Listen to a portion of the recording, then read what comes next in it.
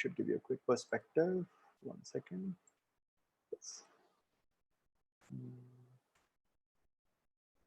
Okay. Yeah, I hope you can see my screen. Yes. Great. So, so here is the course link. This course link will be shared with all of you. This is the course link. You can just go here. You will find a small amount, $15 or something, but we have kept a very large number of seats available for all of you.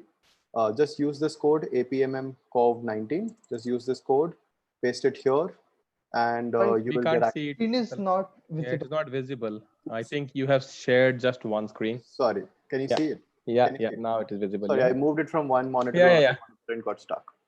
Yeah, so this is the course that you have been taking. What we have done is we have put together all the videos that we have recorded, which is on YouTube. It's circulating all around.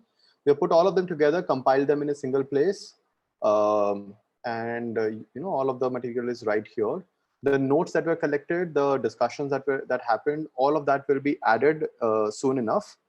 Now, to access this course, currently, when you land up on this link, you will see the course to be at $15. That is just a notional price, just to avoid people who are not too serious. But yeah, we have provided a lot of free codes, which you can use. This code is right here, APMMCOV19. Just use this and enter it here, and you'll be able to access the course for free. Okay, so you don't have to, and all the people who are attending today in general, you don't have to pay anything for this. You can just use this code and you're good to go. Once you have done through this program, once you are gone through the material and you have completed the course, you will end up, that is, you will click on start course, then you go through the material. Once you complete the course, in your profile, you will see a certificate that will be announced, that will be given to you. You can see my screen, my profile. You can see the certificate that I have awarded myself, right? So you'll get a certificate like this. Let it load. Yes, you'll see a certificate like this, which has a certificate code as well. So use this and the link here. Go to your LinkedIn profile. Yes, go to your LinkedIn profile and you can simply add it here. It's very simple. Just give it the name, which is Advanced Product Management Masterclass. You will find us here. Yes, you will find it here. The expiration date, which is, this is not going to exactly expire. And the credential ID is this one, and the credential URL is this one. Okay, just put all of them together and you're good to go. And this will show up in your profile in LinkedIn. And you can also obviously share the document, that is a PDF, directly on your LinkedIn as a post, right? So this completes the entire, essentially gives you a way to show off whatever you did in the last 3 weeks, number one. Number two, and that's a big announcement. Before we get into the the agenda of the day, there are a few more announcements. So the amount of response and the amount of feedback that we received from all of you was very encouraging. It was very supportive. Thank you all for for what we have been doing.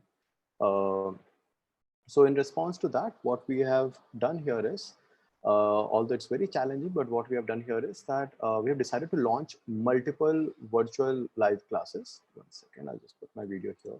Yeah, so we have decided to launch multiple virtual live classes, very similar to what we are doing right now, very in-depth, very precise, very, straight to the point, right? And my friends, my colleagues, my network folks, they have all decided to jump in on this initiative. And they all are going to participate in this. So we're going to very soon launch a whole bunch of other deeper programs deeper classes as well. So for example, we did a small touch upon, we did a small touch upon, let's say, design, for example. Now, design is a very deep field. So there will be dedicated sessions purely on design. So you can pick up, and all of this will be published in an event calendar. So you can pick and choose what classes you want to attend, right? But as you can understand, it's operationally very expensive and very difficult to run. And obviously, if you want to do this for a decently long time, then there has to be some amount of payment for the mentors, right? Um, so so at no profit and no loss, it's a as um, economical as we can make it. So we are just covering the fees for the trainers, the operational costs, and running, etc. So we are going to continue on this initiative. We are going to keep running this program, and we are going to launch multiple uh, tracks, which is in growth, which is in design, which is in product marketing, which is in technical product management, and all around this at a very, very low fee. And the fee is just 3.5, that is $50 and $75. $50 for about 10, 12 classes, and about an unlimited classes, that is 30, 40, 50, whatever you can take at just $75, okay, a month. So it's pretty much like a fitness class. You pay and you join, and the classes will continue. Minimum at least 15 classes, 15 to 20 classes is what we are anticipating to do every month at the bare minimum. So you get to access all of these classes from all of these people, the kind of people that you have been attending so far, right? All very senior people, and very similar trend that we have been going so far. The link for the live course is right here. We will be sharing this as well on the channel, so you can go ahead and avail this this opportunity right now itself. Again, there's going to be a limited number of seats here, because the costs automatically escalate as soon as we add more people. So there's going to be limited seats, so join as soon as possible. The link is right here. Okay, so we have covered a few things. Number one, your material, your certificate, everything can be accessed from here. Go ahead, get your certificate, show it off on LinkedIn, prepare well. Number one. Number two, the live classes are continuing, except there's a small, very, very small fees. You can pay in USD or you can pay in INR. Okay, you can pay in USD or you can pay in INR, and everything else remains the same, the way we have been doing the classes, right? Okay, with this out of the picture, the class for today, we're going to talk about career planning. Okay, the times that we are in are absolutely unprecedented. The word unprecedented has been abused by now, but essentially these are the times which make you as a person, and make your career as a person, right? These are these times where you'll be taking very, very difficult decisions, right? And I'm going to be supported by folks that I have trained in the past and who have joined the session today. Um okay, do we have Kushagra, Atin? Hey Hi, T. Kushagra. Hi T. Yes. Can you switch on your video, please? Yeah. Atin, are you there? Okay, Atin is not here. So Kushagra, Atin, Abhilash, Nitin, Ahad. Okay, they are joining in, I suppose. But all those who are live, please go ahead and please go live.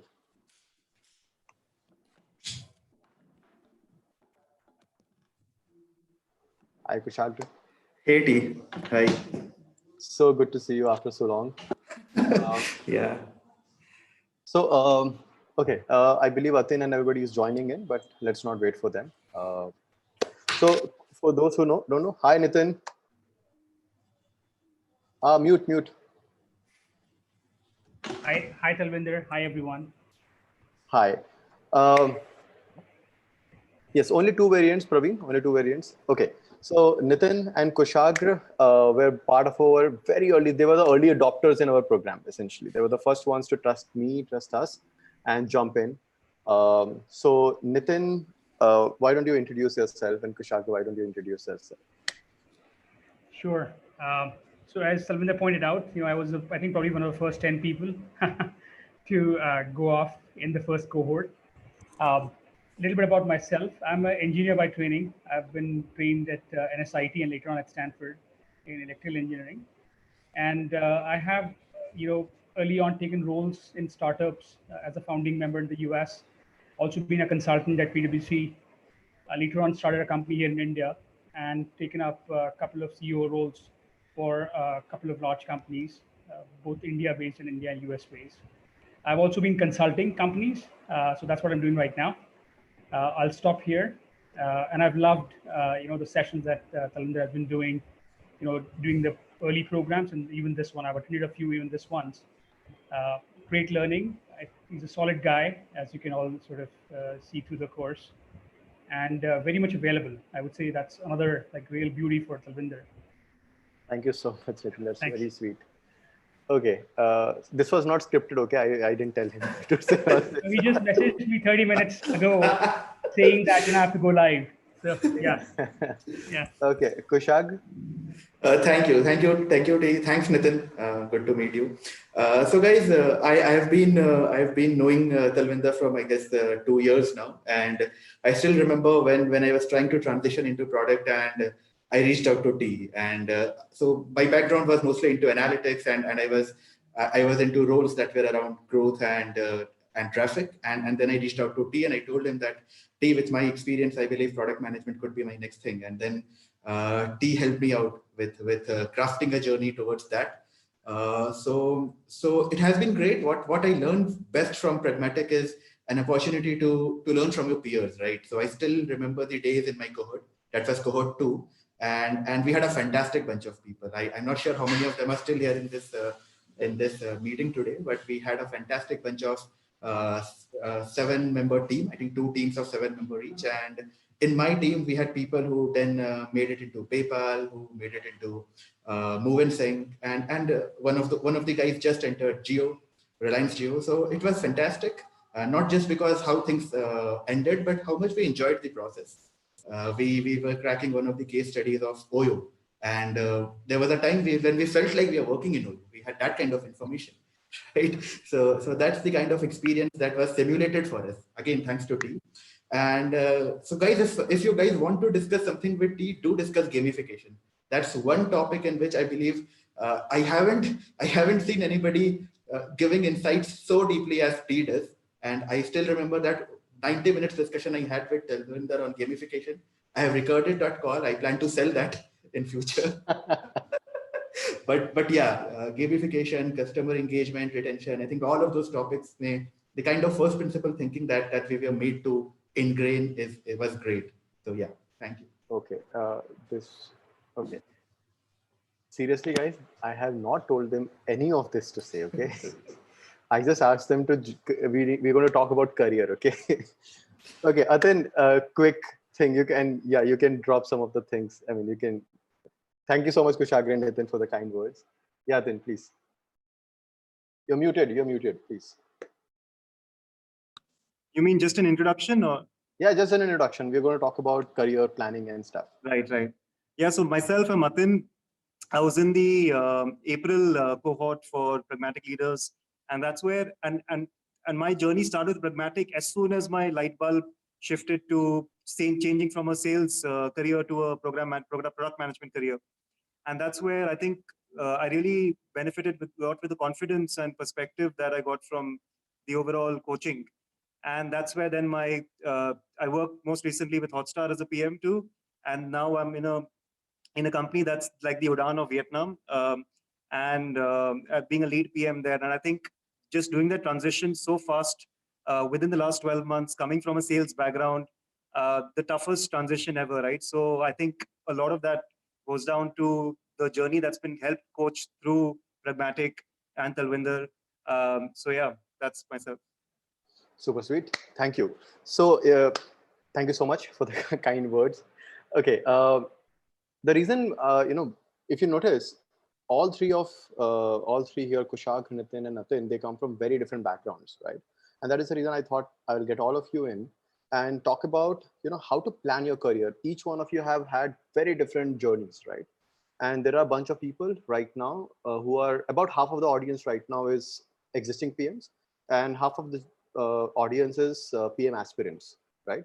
So the current PMs are kind of struggling with where do we go now, right? Where do we go now, given the current situations? A lot of them have been laid off, unfortunately. And then there are PM aspirants, which obviously are trying to figure out how to get in, okay? Also, it's in general very tough to transition, but on top of that, there is COVID. So what makes things very difficult? So Kushagra, why don't you start? What will you recommend for people to do today? And because I remember the amount of detailed work that you did in, planning out the kind of interviews to go for, how to plan for the precise work that you did. So can you touch upon some of those things? How should people plan their career now? Sure. So as you also mentioned, the transitioning into product management has never been easy, regardless of what the situation is. And with COVID, we don't know. We don't know how the economy will come back to, in what format it will come back to, right? And if at all it comes back. So while all of those are great, I think. So one of the great things that I was reading recently was that we all should think about ourselves as that stock which is at its lowest, and it can only go up. So all of us should only be considering that, and if at all there has to be that 2 to 3 years when we should work the hardest, it should be this 2 to 3 years. Just because of a simple fact that the opportunity is just more even than ever because of the market. We don't know what's going to be unlocked. I think few of the areas where things are going forwarded for at least 5 years than what it was because of the catalyst effect that COVID is doing. I think definitely EdTech is one. Second thing on which I would like to stress upon is so many companies building capabilities in last mile. So if we understand, and obviously e-commerce, I think the e-commerce penetration which was happening with 3 to 4% year on year is only going to fast forward, right? So the slow that which retail was heading towards, that is not going to be slow any longer. So which means a lot of opportunities for everyone who is in tech, who is in product, a lot of opportunities for everyone who is in business of building capabilities, which means all of us here. I think 128 guys I see, right? What we have to do really well to think deep and focus on those opportunities area. During my preparation, what worked for me was figuring out where I can align my experience to. And this is one of the great things about being a product manager. No background cannot help you. Like regardless of you come from content, you come from analytics, you come from consultancy. I have so many discussions with Atin with his background on sales, right? And all of this can only help you in being a product manager. That's the beauty of it. So first bit of it, understand your background and then align it with what kind of product management you want to be. And second is be the customer, right? Think about being the customer and be that cheerleader of consumer in whatever team you enter. Pride on tech understanding, because that's the adoption which is going to be fast forwarded with everything that's happening. I love to answer some specific question, but if it has to be covered at Uber level, I believe just leveraging on the background we all come from will anyway take us to some level, right? That's the headway all of us have. Awesome, Kushak. That was I think VRS stock at its lowest is like a pickup line now. it's a lovely catchphrase. Where a stock at its lowest and we can only go up. That's brilliant. Atin, I have seen your journey very close, and the reason why I love you as a person and the amount of effort that you put in is the amount of diligence that you put in. Everything is like surgical precision, the amount of work that you do. I've seen your notebooks after notebooks filled purely in your planning in the interviews, and that is something I tell everyone that making any kind of serious transition, it requires a lot of effort. And if there is one person that I've seen tremendous amount of effort, that is Atin. And notebook after notebook filled with notes after notes after notes after notes about every single talk, and he'll remember I spoke to that guy 1 month back. And this was the notes, etc., etc. It is incredible. Perhaps we'll take one dedicated session from Atin only on this.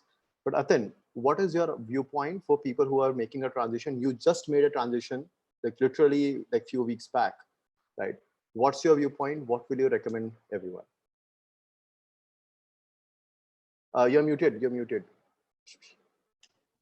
Okay, so do people who've newly made a transition or who've just made one?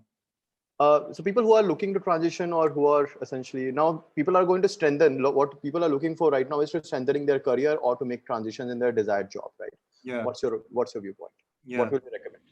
So I think I mean, I think any new points from Kushagra, what he already shared um, is that so I, for example, had 7 years of experience across industries like retail, SaaS, um, uh, last mile delivery, hyperlocal as well. And I'd been across mainly sales, business development roles, right? Now, from there, there's 3 ways to transition to a PM. Either uh, you build on your user expertise, so you really have good knowledge about your users, right? Whether it's by the type of user or it's by the type of geography that you've served those users. 2 is by the type of, you could have expertise in your particular domain itself, which is let's say B2B SaaS or media tech or ed tech, etc. Right? So that's the industry domain expertise. Um, and uh, uh, 3 is just having expertise um, within a combination of different things. So if it's not the specific industry, if it's not the specific type of user base already who you've done things for, a combination of different things that could work. Um, so I think really first brainstorming and deciding and really knowing yourself about where your strengths lie, um, and where do you have leverage compared with the competition today in that space, and what are your non-negotiables, as I call it, right? So I was luckily in a company called Belong, where we as a company helped place candidates into the right companies, and we constantly used to make people ask themselves, can you introspect and really tell what your non-negotiables are?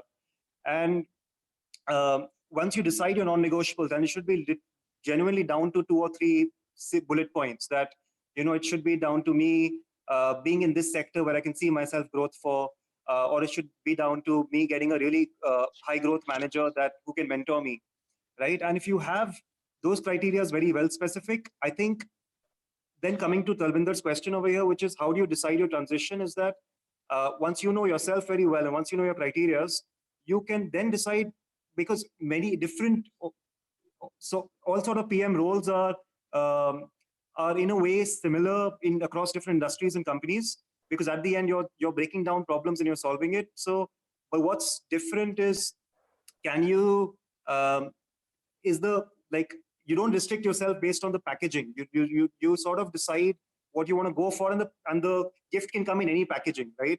So decide what value you want from the gift, which is your internal criteria, non-negotiables.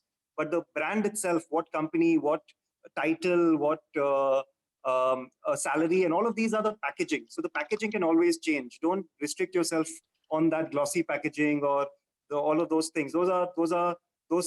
Those can be secondary, especially in your earlier time when transitioning to a PM, especially when coming from a different background, especially when this is genuinely one of the toughest roles to crack into, because of the arbitrary nature of interviewers also knowing not best to how to judge candidates, right?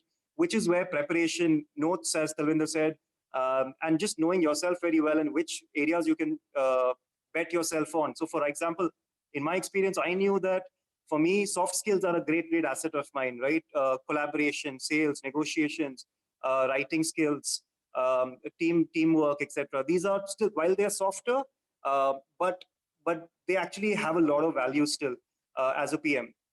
And then for me to transition, I needed to cover my gaps in technology and design, and that's where the course came in. So the course became like an MBA for me, and then I sort of honed it up further by joining a Hotstar as a PM, where again, working with a fast-moving team, working with a great manager, I was able to really open up in a real-world environment how these gaps exist, right? So I think the last tip I will give here from my side is um, really, you know your strengths the best. So be very cognizant how you share your strengths with your potential employers, right? Um, so you have to be confident first, write it down, and be very have tons of examples on it, so that you can tell your potential employers, whether on phone call, whether on cold email, or whether via referral, that hey, these are the 3 bullet points via which I can help your company, and this is what I have done for the last many years, right?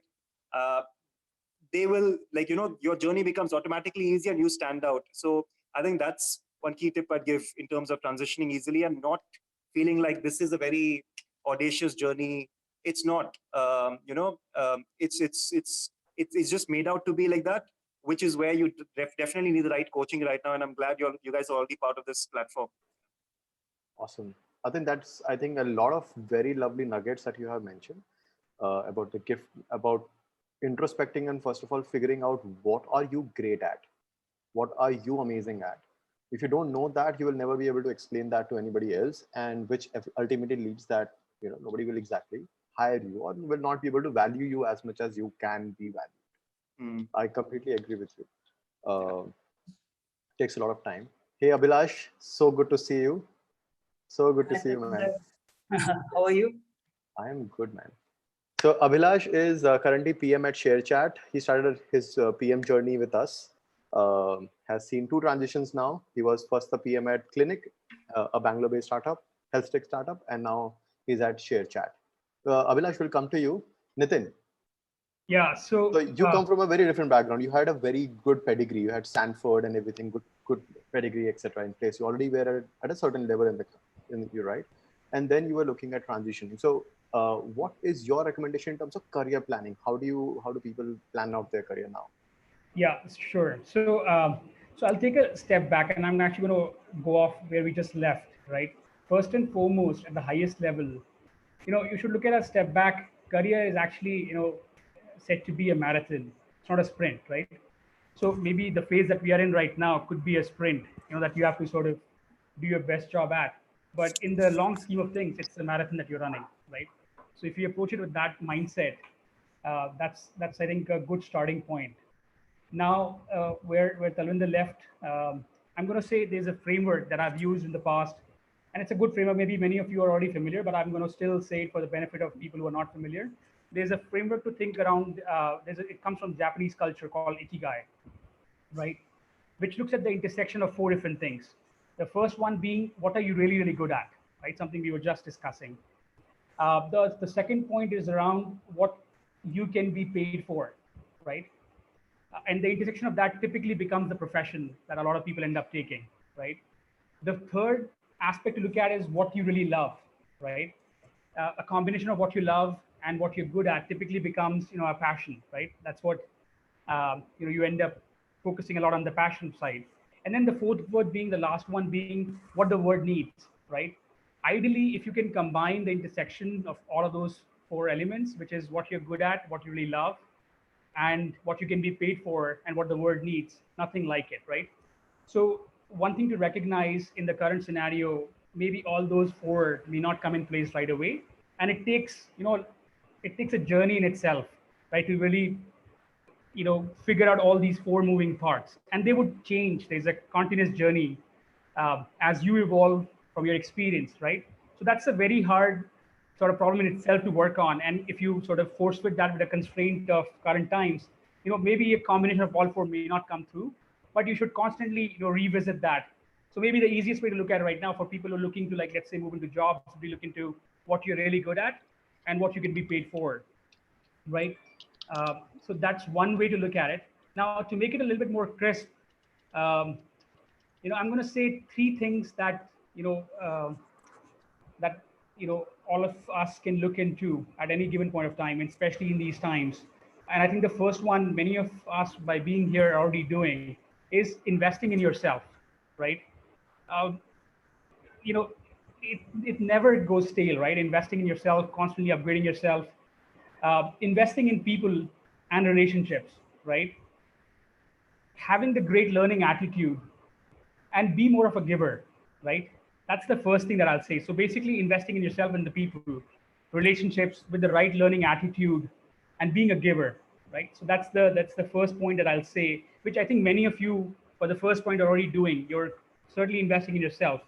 To the point that Talwinder made earlier, like while I had all the pedigree and was already building a startup, but I recognize there are areas where you can upskill yourself. Maybe not only for a transition, but when I was a CEO for, like, let's say, being accountable for the overall business, I'm hiring product managers. So the better you know the craft, the better you are as a business owner, as a stakeholder, no matter if you're doing that on ground or not, right? So it really upskills you. So at that point of time, when I actually got in, I wasn't really looking into transitioning, right? It was more upping my game on on the deficit that I would have. And you always have blind spots, right? So maybe my design thinking wasn't up to the mark. So there were clearly some angles that you can upskill, via going through a structured format, and that's what I loved about the program. The second, is to be adaptive, be agile with an open mindset. Again, very very important for these times, right? Uh, Agility, adaptability, pays a long way. I mean, in fact, to be honest, when I've been recruiting, people in my company, these are the tries that I've been looking for. I don't think they are only applicable for today's scenario, but they become far more important, at this juncture as well, right? So being adaptive, being agile with an open mindset, because businesses are going through a transition right now, right? They're reinventing new business models, new operating models. So what was, let's say, pre-COVID will not stay true for post-COVID for many of the businesses, right? So you should not be hung up on, let's say, a certain way of operating, right? So I think that's the second point. The last one I would say is something that I heard Atin also say. Going to build further on that, which is like be a problem solver, right? And look for how you can add value to the business objective or the goal. It could be for like the business, it could be for a non-profit, it could be whichever like vision and mission that you believe in, and what's the current objective, and how can you problem solve for that and add value. I think goes long way. Again, none of these points are only for COVID situations. They are, I think, always available, always applicable, and I've sort of looked for that myself, and also while recruiting. Um, and even when you're consulting, right, same thing applies, right? Uh, so I would stop here, right? Hopefully this was of some value to the audience. Definitely. I Yeah. think Nitin, what you covered is very, very, very precise. I think something that people can easily take away.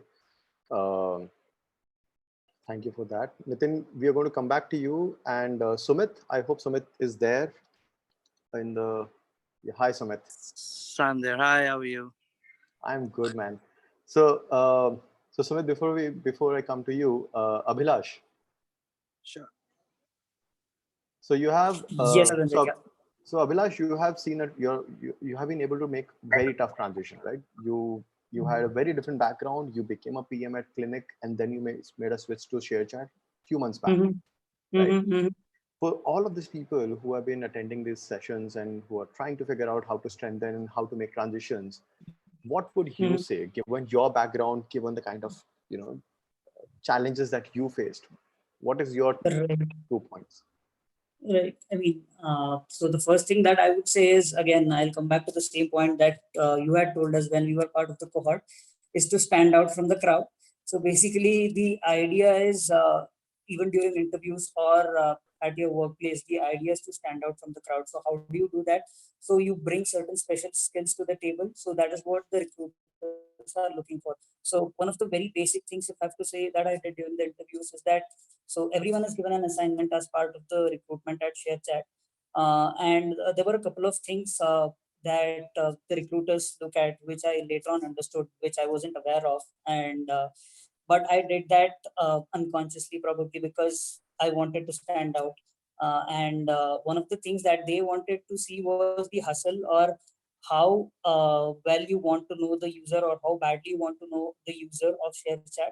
And I think that will be the same for any company for that matter. And what I did there was I tried to figure out where these users were. I tried to talk to them, and I conducted some interviews, gathered some insights from there, instead of just going through the usual way of going to app stores or play stores and collecting some feedback from there.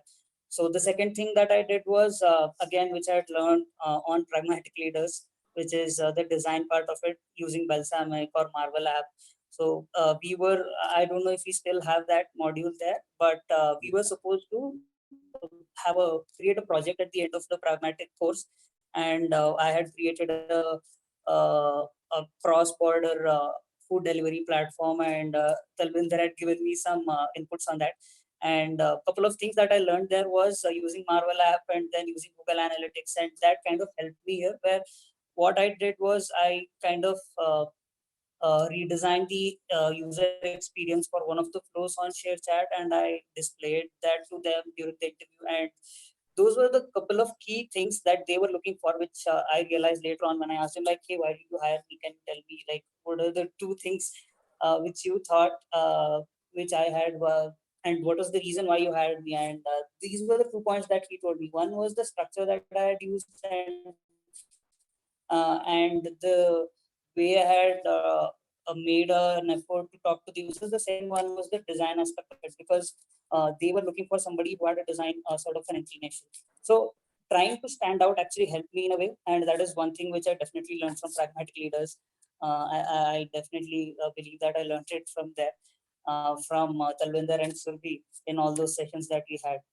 Uh, that is one. The second thing that kind of helped me was my previous experience at clinic, where I had to talk to a lot of engineers, and I kind of had to pick their brains on what they thought about different features and how they thought about why implementing A versus B, why A was better than B, or why they thought in a particular fashion. And that also kind of helped me in a way during the interview, or also it is. Is it stuck? Okay. Yeah. Oops. Let me just switch off his video. Maybe his audio will come through. Okay, he is stuck for good. Yeah, he was making pretty good points. Okay, okay, no worries. We'll move forward. We'll move forward. So I think Abhilash did a fantastic job in standing out here as well, talking about very anecdotal stuff, right? Yeah, Abhilash is a great guy, very humble, very unassuming, but the amount of details, the amount of insights that he brings in is always surprises me. Okay, moving on to the next segment of today's chat, which is Nitin and Sumit. So Sumit, we have broadly been covering about things, how to crack PM and this and that, etc. All is great, but how do we plan our career in times like these, right? So Sumit, I would say, has has a master's degree in that. So he graduated in 2001, dot-com bust. He graduated in 2008 for the next degree in recession, and now he is planning for the next big move, and we have COVID, right? So I don't know. So Sumit has been toughened by the tough times very well. And Nitin, over your years, you have also seen all the three phases now, right? 2001, 2008, 2000, and the COVID-induced panic right now. How do you plan a career in times like this? What has worked? What have you observed in other people, and what can people do today so that they don't ever get into this trouble again? Sumit? Thanks for at least giving that brief about me. And interestingly, what kind of worked in all the three places, be it IIT, IIM, or anywhere else, yeah. The most important piece is to network with people. It's very important that you know the right kind of people. You are connected well, because as you go up the ladder, more and more recruitment offers, more and more job opportunities and job switches will essentially come to you via your friends whom you worked with in the past, your managers who managed you in the past, and and maybe your colleagues, and maybe so folks with whom you've attended a few courses and you've kind of stood out in those courses, which what Abhilash was mentioning, right? It's very important that whatever way. So there are two things, and this is what Rajat Gupta, the ex-McKinsey India head, he said when he visited IIT Delhi long in the days, that you should always invest in yourself and invest in your network. Investing in yourself would always mean that you are constantly learning on the job, off the job, you are skilling yourself up, you are trying to break the curve, and you're ahead of the curve at all points in times. And while you're doing that, it's very important that you are you are known, and the efforts that you are putting in, the voices that you can kind of carry for yourself, The ideas that you bring on the table are very well thought and well put out. So now there are both sides to it. One is the more tactical operational bit, which is what Abhilash spoke about, the design side of it, the number side of it, the stuff about how do you differentiate a product A versus product B, things like that. That's one side of it, which is very very critical in your day-to-day job. But how do you stand out, right? Do you The standing out part, especially in these times, are more in line with what you would call as your organizational objectives, for example. In these times, if you are in tune to the organizational objectives, say, and you're voicing the same concerns, say cost consolidation or understanding which particular features and products are going to really work well. Is it more important to focus on DAUs and MAUs versus new product features? How do you get the retention on the current product going without really talking about the revenue at this point in time? A lot of times people kind of go back and forth between revenue and the retention, and there are times when people kind of get focused and too narrow down on the revenue side of it, saying that, hey, this is a bad time coming, let's focus on revenue. But while they're doing that, they kind of lose out on the retention. A lot of people drop out of that whole thing. So both the things are important. So while one is strategic, the other is more tactical, that's in your current role at this point in time. And given the way we're talking at this point in time, be it the bubble burst of 2001 or 2008, and now a lot of jobs will be gone from the market. How do you safeguard yourself is essentially a matter of treating yourself as the product and understanding if you were the product and there is a market out there, how do you see that fitment going along? Whichever organization that you're thinking, who may be hiring, you need to tailor make your own resume. You need to tailor make the whole pitch for that particular role, for that one instance, and get to know what exactly does that role really, really require you to do. Understand the competition. Who are you competing with at this point in time? It's kind of very important that you understand, are you competing with the same set of people whom you're working with? Or are you competing with an absolutely new talent pool which is coming from outside? In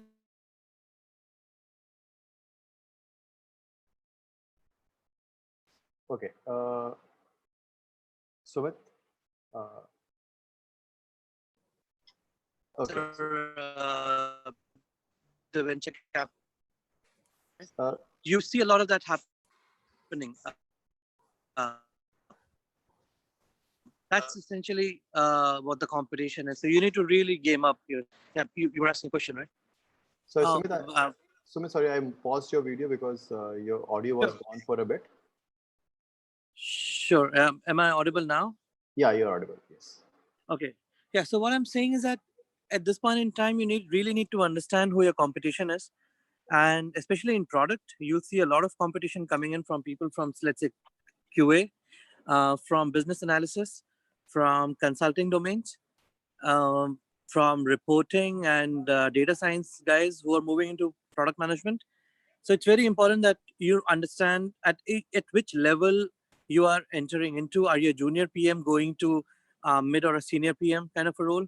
Are you a senior PM looking at a CXO or a pre-CXO kind of a role? And what kind of challenges typically you would be facing at? And I'm sure Nitin would have done some bit of it there in terms of understanding P&L as well. And he would have gradually moved up from just a PM to managing a P&L as well. So it's very important as you go up the ladder, you keep skilling yourself up. And that's the only way that you can break the curve for yourself. Awesome. I think, Sumit, this was very, very valuable points that you have made. Extremely valuable. Think of yourself as a product. Look for fitment, and then try to position in the right companies. Nitin, before we get back to you, we have Gurveen as well. Gurveen has joined. Hi, Gurveen. Hi, everyone. So good to see you, Gurveen, after I don't know how many years. Really long time. Donkey's years, yes. So Gurveen is India Strategy Head for Process and Naspers. For those who don't know, please look up. Most of the startups that you're using or working or you've been consuming the product of, Gurveen's VC fund essentially has funded them, including, I think, Swiggy, I suppose. You can. Yeah, including Swiggy, Byju's, OLX, Payu, Misho. Yeah, so pretty much a whole bunch of ones, right? Awesome. So, Gurveen, today we are largely covering the 9th session of our long course, and today we're largely covering the perspectives and the career, how to look at career in the current scenarios, right? Given that you sit at, you have a very good broad macro overview of the portfolio companies, what are the challenges that they're facing, what kind of issues they're facing, and so on. It'll be great if you can give some perspective on, what is the career outlook right now? What is the employment outlook right now? How should people plan ahead the next 3 months, the next 6 months, the next 9 months, perhaps? What kind of sectors are going to boom up? What kind of sectors are kind of going to face some trouble in coming back up? And how should people plan? Over to you. Sure, happy to do that. Just before I start, I just wanted to do a demographic check. Are most of the people on the phone, are they people who are already in jobs and looking for a change, or is this more people who are looking for first-time jobs? So these are most of the attendees are already in some job. 98% of them are already in jobs. Number one, half of them are existing PMs, and half of them are PM aspirants. So they are developers, they are designers, there are ops people, etc., who are trying to be a PM. Got it. Okay, perfect. Cool. I mean, let me caveat first by saying that I'm not a product manager. I have no background in product management. The only thing I know about them is that good PMs are really hard to find. So clearly, you guys are doing the right course by trying to differentiate yourselves in that direction. But what I can help with is an overall landscape of things from at least where we see. So as I said, our portfolio companies are OLX, Payu, Swiggy, Byju's, Misho, Elastic Run, Quick Ride. That's basically the India portfolio. We have a lot of other global investments as well. I think looking at them and looking at the broader internet sectors, pretty much everyone is affected right now, because there are, of course, some gainers. Let's say grocery is one of the segments which has really gained, which is why everyone and their mothers is getting into grocery at this point in time. But essentially everyone, even them, right, like they're impacted by the lack of labor at this point in time, given the migration which has happened. So pretty much all tech-oriented sectors, I think, have been impacted quite severely.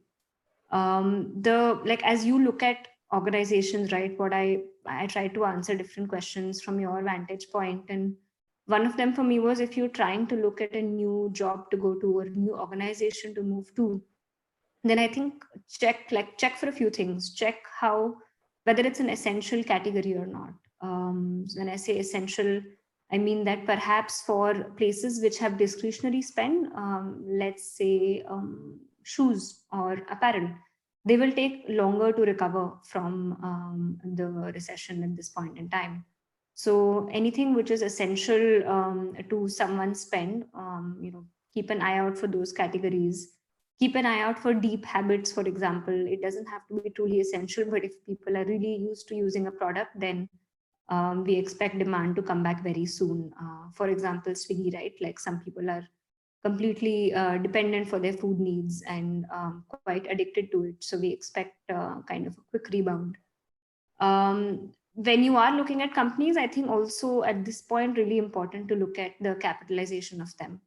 Because I think looking for at least the smaller companies will struggle a bit more at this point in time. And the good thing is that their spend is also going to be less. So it's easy for them to actually be very nimble. From a job perspective, my perspective would be places which have a little more capital or some more cash in the balance sheet, because that of course means that they'll be able to stay for longer. Someone, by the way, is commenting education. I can't see the chat properly, but like we have an edtech investment as well. And for edtech, this is a great time. That's actually one of the few sectors. They're also like, they also have to change GTM at this point in time. But that said, at least if you look at engagement levels in edtech, it's payments which are, it's levels which we've never seen. So yeah, just to recap, at least from a job perspective, I feel like focus on sectors which are more essential, focus on pedigree in terms of capital. Generally, I wouldn't advise looking at like balance sheets and so on, but I think now it's okay to ask that question in job interviews in terms of, what's the runway, as long as you can pose the question in a polite manner. That's one. Then I think the other question that I think you had mentioned, right, Ali, that whether is the recession going to happen or not? Like, I mean, the recession is here, like whether we like it or not. Depression or recession? Yeah. Depression is doomed. Yeah, I mean, let's hope it's a recession. But the recovery is going to be, it's going to take a while. The problem is because one, this is global. Sorry, I'm like painting a doomsday scenario, but telling it like it is. Please go ahead. It's what it is. I mean, it is what it is. Yeah, but like one, it's global, which is why there's butterfly impact. I mean, oil prices come down and like a whole bunch of sectors get impacted. So many of these moves which are kind of having a butterfly impact that it's going to take a while to recover. Also we don't expect one wave. Like there's going to be a wave of lockdowns. So our biggest investment is in China, and we track the Chinese market closely. So though levels have come back in terms of activity, but like let's say a sector like travel, it's still at 60% capacity in China. And like now China is also going into a second wave of lockdowns. Hong Kong's already done that. So I think like this is not going away like next month. Like, it's not that May 3rd things open up and things go back to normal. I think waves will keep coming at least for 6 to 9 months. So I feel like when you're taking decisions at this point in time to move, might be a great time to actually upskill within your portfolio, right? Because people are going to be very hesitant to add new hires at this point in time. They might be opportunistic in some cases, like one of my close friends got hired as a grocery product manager a couple of weeks back by DoorDash in the US. So like there will be those opportunistic roles which you should look out for. But you just have to be really, really sharp in finding those areas and pockets of growth and then finding out about them. And then, as Sumit was saying earlier, like posing yourself as a product, because if there was a time to differentiate yourself, like this is definitely it. But it passes. Like we've done the 2009 one before. I was graduating then in 2009 December, in 2008 December. So it does pass, but it's just that like at least for 6 to 9 months things are going to be tough. Awesome. I think that's as real as it gets, everyone. So in this scenario, just to Gurmeet, just to move forward, given that overall the spends are decreasing, especially when it comes to businesses, because they're trying to figure out what their business plan should be given the current scenario, pre-COVID, post-COVID, etc. In this scenario, how do you anticipate for somebody who's just trying to figure out the next job and the next opportunity, or has been laid off recently? How do they convince or find? Is it okay to take a pay cut? Is it not okay to take a pay cut? Is it okay to take anything that comes, or what's your outlook there? I think rather than take anything that comes, I would veer towards the pay cut side, right? Like depends on what your profile is. If you're already an experienced PM, then perhaps you have more. It all depends on like what poker chips you have. Like if you have more chips with you, then yes, you can bring them to the negotiation table. But if you are like trying this out for the first time, as you said, a lot of people are aspiring PMs. For those situations, I think it might be okay to take pay cuts. And at least from a startup perspective, I feel most people recognize that people are not going to think of it as an opportunity that, oh, okay, like this is a great way to get really, really cheap hires. Like they know that there'll be a normalization because it's not just them, right? Like the whole market normalizes. So one situation gets better if you don't pay your employees well, then someone else is going to poach them off you, and no one wants to lose good PMs. So I think it's just everyone recognizes that like this is a time to be conscious. I mean, our ministers are taking pay cuts, so I feel I think all of us kind of have to float in the same boat. Like there's no one who's in a better position, right? Like everyone's a bit messed up right now.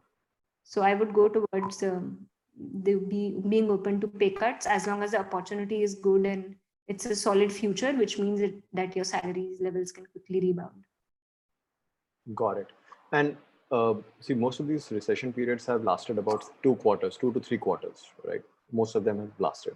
I believe we are in the very first quarter right now when it comes to recession. So things are only going to normalize around December, January.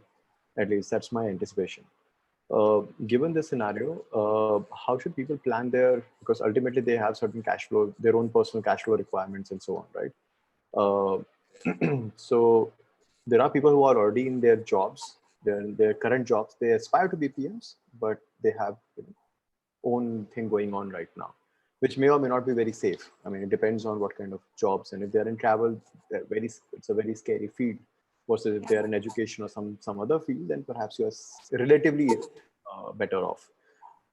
In this scenario, uh, given that everybody has mentioned about upskilling and spend some time on upskilling, spend some time on this and retain the cash flow, etc. What's your perspective? My general, just to give you a sense, my general perspective when it comes to recession or when it comes to things like this is to be on the offense instead of being on the defense, because most people are going to be not going to be able to take an offensive position. So if you can take an offensive position, go for it.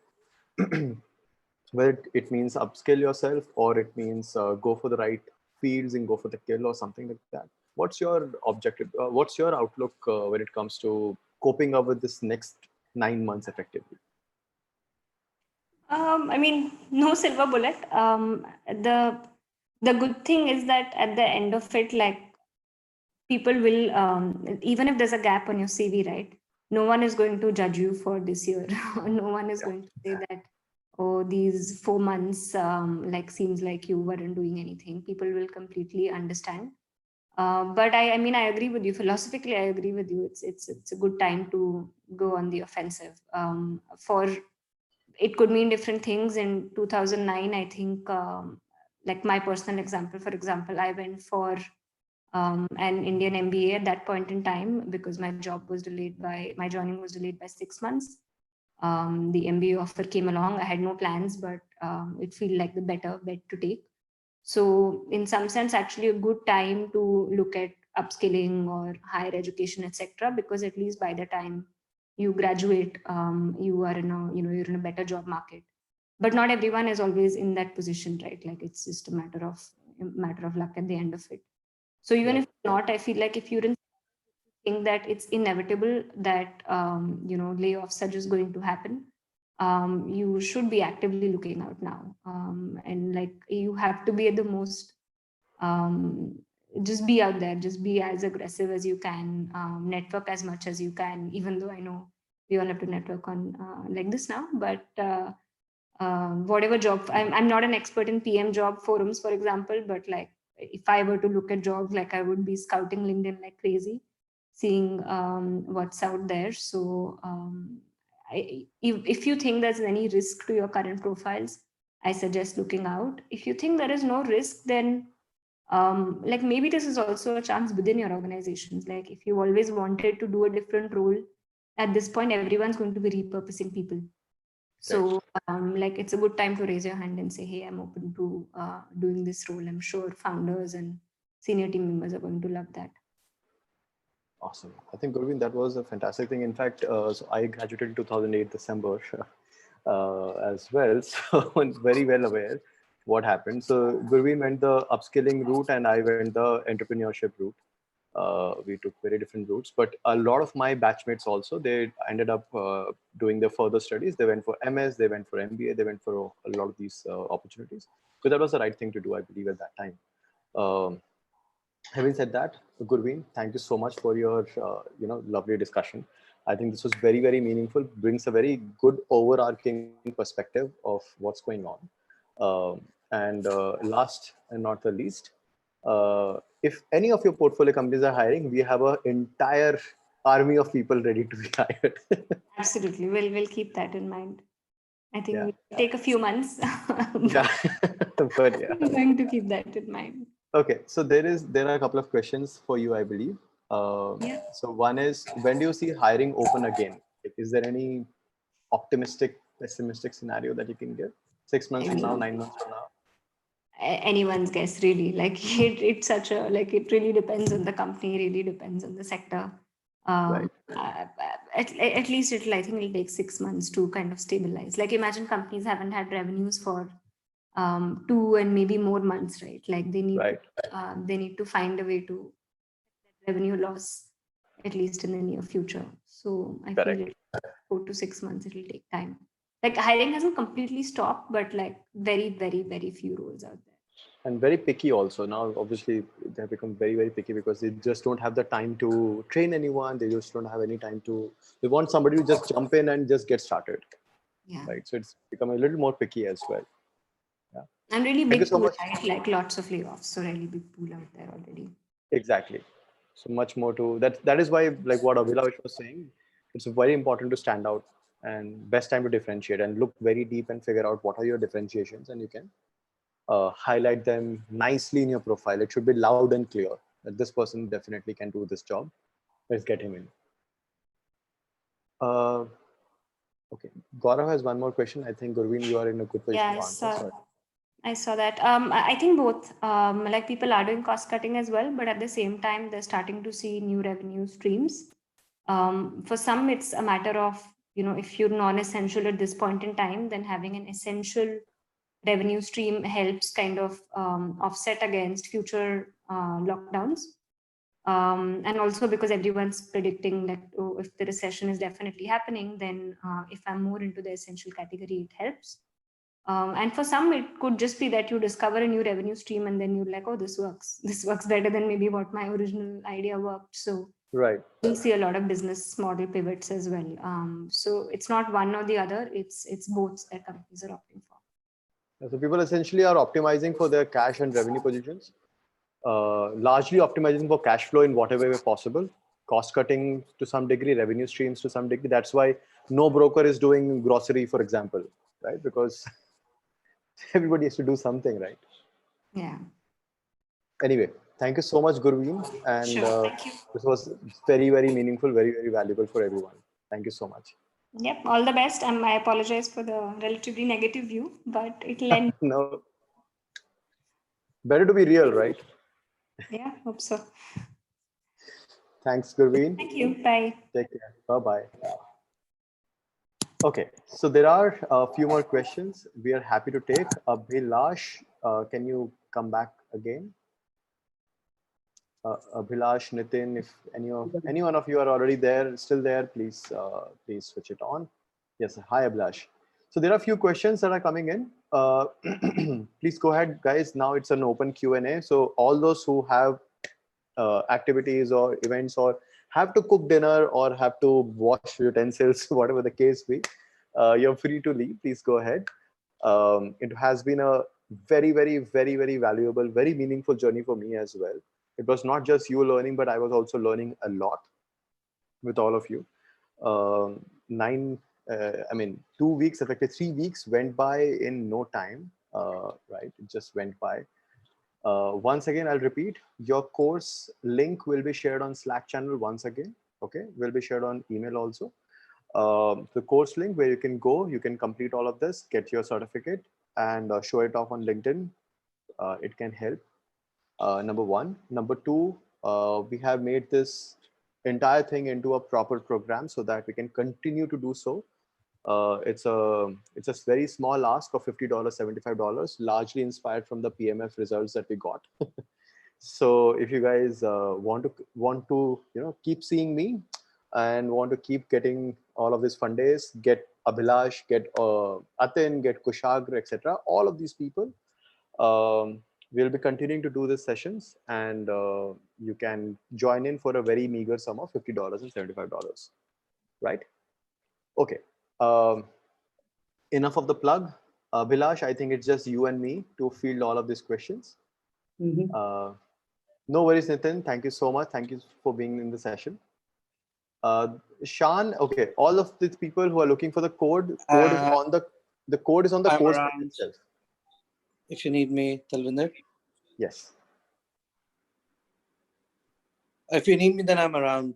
Okay, Sumit. Yeah. Please go ahead. Please come online. Yeah, I'm there. I can't just put on my, I think, video because Video. I think it says No that worries. you disabled it. So. Oh no, I didn't do it. Okay, 1 second. I'm asking to start the video to see if you can come back. Yeah, all of us are in the room. You are the only one who is standing outside. Okay, you're back No, in. So I was I'm back in. Yeah. Through you, I can see outside. No, I was just below my building and gone to do some essentials actually. But yeah. Okay, yeah. So there are a lot of questions. I think Abhilash, Sumit, and me can pick up. For all of you who are looking for the code is on the course page itself. If you land on the course page, it's right there, loud and clear. I'm posting that here as well, so for everybody can see it. It's very simple, Advanced Product Management Masterclass. So APMM, COV, our nemesis, COVID-19. Just put that up and you're good to go. Okay, people who are looking for the course link, the course page, 1 second, I'll put that up. We'll putting this up. So you have access to this course forever.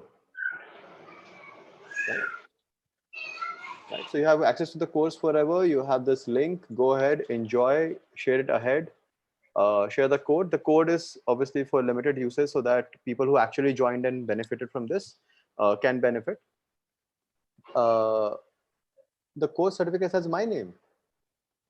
Okay, I'm sorry, there might be some error. I just scraped it together in the last minute. So I'll get that certificate sorted. And once it's sorted, we will fix it for you. Okay. You know where to reach out to me. So just raise that request and we'll fix that. Okay, now there are a whole bunch of questions. Let me start from the very first one. And that was asked by, where is it? Yes.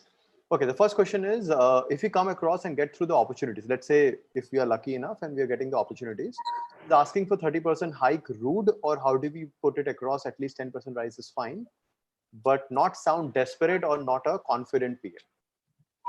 Sumit, would you like to take that?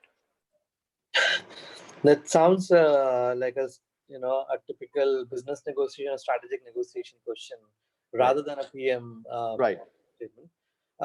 One thing definitely is that in your negotiations, don't come across as desperate, because okay, I need to carefully pick my words here. HR doesn't really pay a heed to if you are in need or you're not. You may be good, bad, ugly, whatever. They have their own targets, and that's nothing personal. These guys, given an option, they would want to make the best of the opportunity. If you can come at a 50% lesser salary, that kind of goes into their own respective targets. So number one, don't sound desperate at all. Have the confidence, have the faith that what you've done for all this while is not a waste. You've been honest to yourself. And in terms of asking for a raise is something, just do a market survey, talk to people around, take a sense of what are the, every company has a range of range of salaries that they're ready to offer at a band. In a few startups, there is absolutely no range at all. You can have two people at the same level doing the same thing, but the difference could be almost like 2x. And that's mostly the cases in startups, which are mostly, a series A or a B funded startup, wherein the need of the hour is to get good talent and do experimentation and good growth. You would see some bit of stabilization in terms of the salaries happening only after Series C, Series D, in the startup phase, wherein they now want to put together some more of structure to take they've done a few experiments in the past. They've spent some money from the investors, and now they've kind of cracked what worked, what does not work for them, and now they want to take those processes to scale. At this level, the kind of talent they want to bring in are not the hustlers. They are not the entrepreneurs of sorts.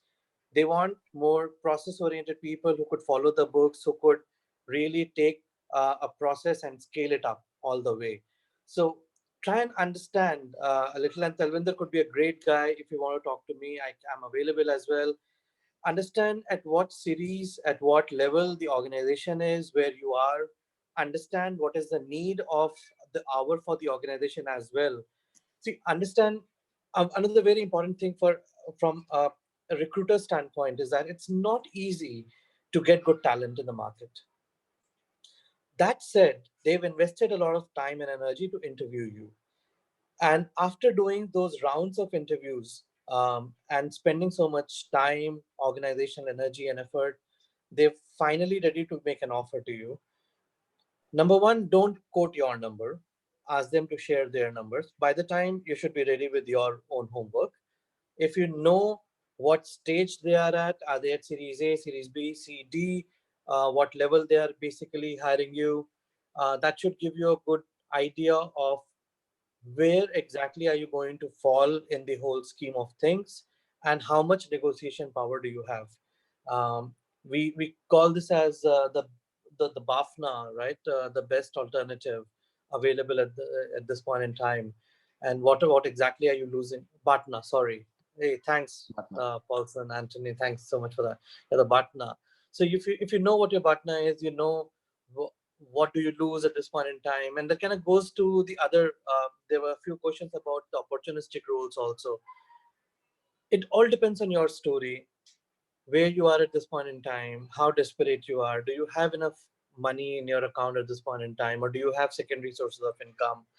um, I have been in desperate times myself, wherein I needed to be in a job just for the heck of it, just to sustain myself and my family. I've done those jobs, and honestly speaking, I don't even show those jobs on my resume. And I just don't talk about that, because the kind of work that I did at that point in time wasn't something that really added to my product career. Uh, the skill set that I developed or I learned did not really make me anything better, or so I think. Um, but yeah, that's typically how I would go about it. Talvinder, Abhilash, you guys want to add to that? Absolutely. So I think what you're so first of all, I believe today asking for 30% hike is not recommended. I think that is it's not about being rude. It's just simply being tone deaf. Right? When you know that the market is not in that position, if somebody is giving you the opportunity and you like the people and you believe in their vision, etc., you believe in their goal, etc., then don't be tone deaf, right? Then Actually, you say, depends, there, Talvinder. If there is a Series A company who just raises some funds, then it's okay. that could, and then you can be, just be polite to the HR and say that, hey, can I expect certain raise, given that you Correct. just raised some funds and you are now opening up for a few roles. And more often than not, the HR should be able to give you a clear answer if it's a go, yes or a no, go or a no go. And if they say yes, then it's up to you. How do you negotiate the way forward? Correct. So there is a whole bunch of companies. Thankfully, there was a lot of gold rush that was happening in the past 6 months. So a lot of companies have recently raised capital, December, January, February. In fact, as recent as March first week before Holi, right? Correct. So all of those have some capital. Now I think they are still not hiring. I think they will open up now because they can't simply be sitting at home now, right? Given that lockdown has extended another few weeks. So. Correct. And mostly they would have figured out what next to do, and that's when they will start hiring for the new roles, because they also have goals in their mind, right? They also have to show up their returns and etc. So there are pressure all around. So this is what starts balancing things out, right? That people have their own goals and numbers to hit, and so employment is going to come back in its full swing, but it's going to take some time.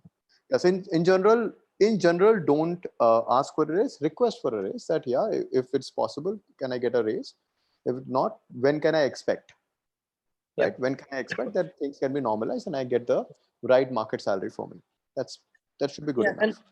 and you know, it's understand this fact that the people on the other side are also humans.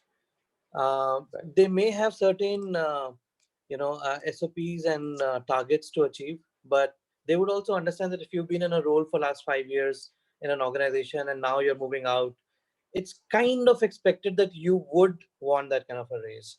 Correct. So if they're not, then maybe you can say that, hey, by the way, I was expecting, just play, undertone it. Don't really sound too demanding, too heady at this point in time. Just that's the that's the whole thing. Correct. I think there's somebody's asking a question to me. Nikhil. Correct. So we'll come to that, Sumit. Yeah. 1 second. Yeah. So there are some other short questions which Right. we can get out of the way. So one is corporate travel SaaS company worth joining as a product team right now?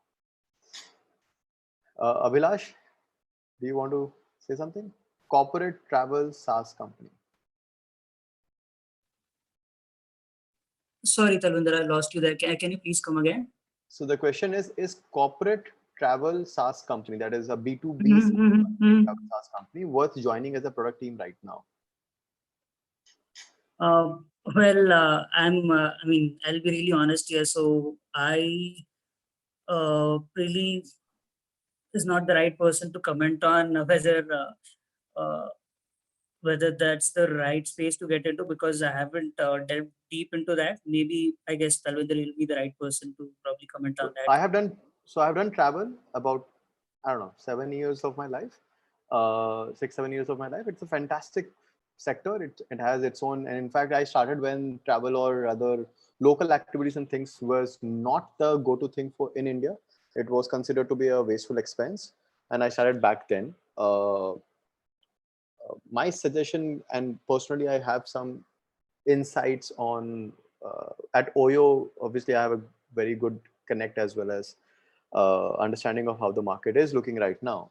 My suggestion is try to avoid it because travel is going to take the longest. Right, sports, all the sports or sports management, etc. That and travel is going to be the worst affected with this entire space for two reasons. One, overall, people are going to be much more skeptical of traveling or being in closed spaces, number one. And number two, more importantly, there's a lot of deglobalization that is happening right now. Countries are going to take time to simply recover from all of the stuff that has happened, right? So people are going to start traveling for sure. Corporate is going to recover for sure, but it's going to take longer than the others. That's the only thing. Sumit, you have anything to add? No, I think what you said is spot on. However, from a job perspective, in case if so ask the question to your recruiter, what is the roadmap that they're looking at? Do they have a good runway? Do they have enough funds at this point in time to support you? See, understand, you got to be a little more brutal to yourself and more honest, a little more selfish when it comes to answering and getting answers to this particular point. They would hire you if they have requirement. You need to join if you think that there is something enough for you to really take out of the job. And in case if there is enough for you to take out of the whole setup, you may want to give it a shot, given that the startup has enough, or the B2B SaaS travel company has enough runway, they can sustain you. And ask direct questions, ask difficult questions to them, so that 6 to 9 months look difficult for travel industry. How do you ensure that the product is selling? If they have long-term agreements with the companies, how do they sustain P&L? And these are good questions to ask. That just says that you are well prepared, and in case if you come in, then you have your skin in the game. So those are, but yeah, I would, given right now, I would say avoid travel as a space.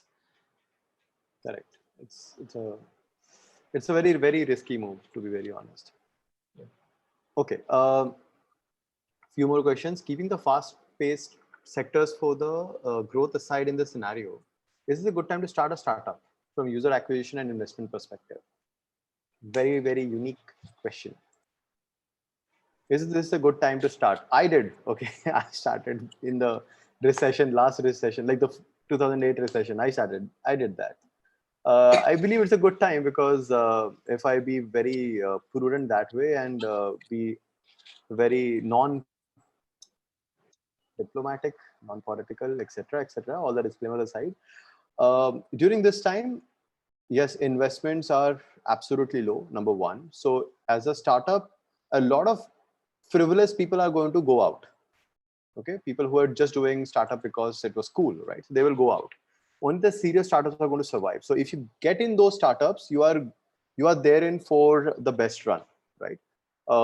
Thankfully, this amount of knowledge or this insights I got from people who have survived the worst dot-com burst, right? So in my previous startup, the investors were Shadi.com's Anupam Mittal, Vijay Shekhar Sharma of Paytm, then Bharat of Muruga of Bharat Matrimony, Dinesh Agrawal of India Mart. All of these people started in way back in 96, 97. So they saw the dot-com burst, right? And then they recovered from it. Then they saw the entire Indian growth story, how people got on internet. And then 2008 happened, everything again went back, and then they survived back again. So seeing all of this, if you are looking to start up, I think it's the best time to do it because in general, people are going to be lean, mean, very efficient, very effective. The principles and the guiding lines that you'll be drawing around your business are going to be very sustainable. They can test, they can, they can uh, survive the test of time, right? As compared to being in the hunky-dory days when everybody, like you have a PPT and you are getting invested the next very day, those kind of scenarios are not going to survive for long.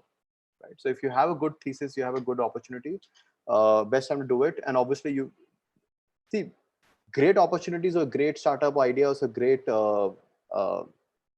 scenarios originate only in inflection points, right? So inflection point is whether there's a new device in the market or new platform in the market. So iPhone, for example, or desktop, for example, or something else in the market. Or in times like these where the entire mindset, the entire shift is happening right now, right? So good times to actually start up if you have the, if you really have that courage and the guts to go for it, right? Okay, a few quick questions that I'll run through. Okay, mentioning opportunistic PM roles, will that be a safe play considering long-term run? If you're being too opportunistic, yes, then it's opportunistic. You're simply looking at nine months of run and not a very long time. If you can actually align yourself with a very good job, which is aligned with your own personal skill as well as everything else, great. But then again, it's said that beggars cannot be choosers. So if you are really in that desperate position, then don't care too much. What you care about is, do I have the cash flow to survive the next 9 months? If you don't have it, just take whatever comes your way. Right, Sumit, do you have anything to add? No, I think you just summarized it well. Yeah, that's how I would go about it. Okay, a few questions. Any tips for interview assignments? How to get to know user of a particular company in detail other than scanning app store reviews? Abhilash, you just covered this in your thing. So any tips for interview assignments? How to get to know the user of a particular company in detail other than scanning app store reviews? What few tips that you can give? Right. So yeah, I've already mentioned a couple of things. So one of the things that I did was for ShareChat specifically was to find out users who are complaining about ShareChat, not just on App Store or Play Store because you cannot contact them directly there. So I tried to find people on Facebook groups because most of these companies have their Facebook pages or pages on Twitter and other social media. So try to find their pages and try to find those people who are talking good or bad about the company and try to reach out to them. So I found a person, just one user on Instagram, and the best thing about that was in the end I asked him a question saying, do you know any other person who's having a similar problem? So he referred me to two more folks. So that's how I got in touch with three people and I was able to interview three people. So it's just about generating leads and how and where you're able to get those people to talk to, and later on it's just a matter of finding more people from that one person that you can get in touch with. So that is one of the ways. And regarding the assignments, so there are a lot of resources out there already. So there's a lot of literature. One of the things that I religiously followed was there's a website which you guys might be aware. It's called as productmanagementinterviews.com. So they put up a lot of questions on a day-to-day basis, and there are a lot of people who answer those questions. So you get to either you can answer those questions by yourself, or you can also pick the best answer out of it. This is just basically it has a sort of a Stack Overflow model where the best answer goes up because of the upvotes on the answers. So you get to see the best answer on top. So you kind of know how other people are thinking about the same problem statements that you are given. And that's how I kind of trained for the interview assignments and stuff. Yep. Pretty nice. I think what he is not mentioning here is that you need to be shameless in asking. Okay. You really need to be shameless in asking, right? You can't be polite. You can't be, okay, you need to be polite, but you need to be shameless. Right? Be ready that 100 people will say this is the worst product ever. You guys are the cheat. You guys are the fraud, and you guys are the worst of the kind, and you should die. Things like that. So be prepared for all of that if you go out. But you know, these are the things which help you prepare very well. Okay, I just realized the number of questions that have been asked are quite a lot, which is definitely beyond what we can capture. I'm just going to simply copy over all of these questions and I'm going to paste it on Slack, and we're going to answer them one by one right there. Okay. Sorry guys, but it is 7:30 almost, and there are other commitments to take care of. Have to cook food. Right. But thank you so much. There are certain issues that people are talking about in the course certificate and stuff. So if my name is showing everywhere, sorry, that was not the intent. I will get that fixed. I think there's some code issue. Number one. Number two, you can access the course link, etc. All of that will be given on Slack. Once again, please don't worry about that. Number three is there was one more thing somebody had asked. No worries. I'll be posting all of these questions on Slack right away, and we'll answer right there. Okay. Hopefully this was all. I hope this was all useful. This was 9 weeks where 9 sessions were very interesting. Sumit, thank you so much for being as real as you always are, and speaking from your heart. And I'm liking that we are twinning also. None of these guys. So guys, none of these things were planned. I didn't tell Abhilash to say anything good about me and anything. It was pretty embarrassing and awkward to hear, but okay. Thank you so much, everyone. Thank you. Thanks, guys. Thanks Take for care. having me. Thank you, Abhilash. Bye. Bye-bye. Thanks. Good luck.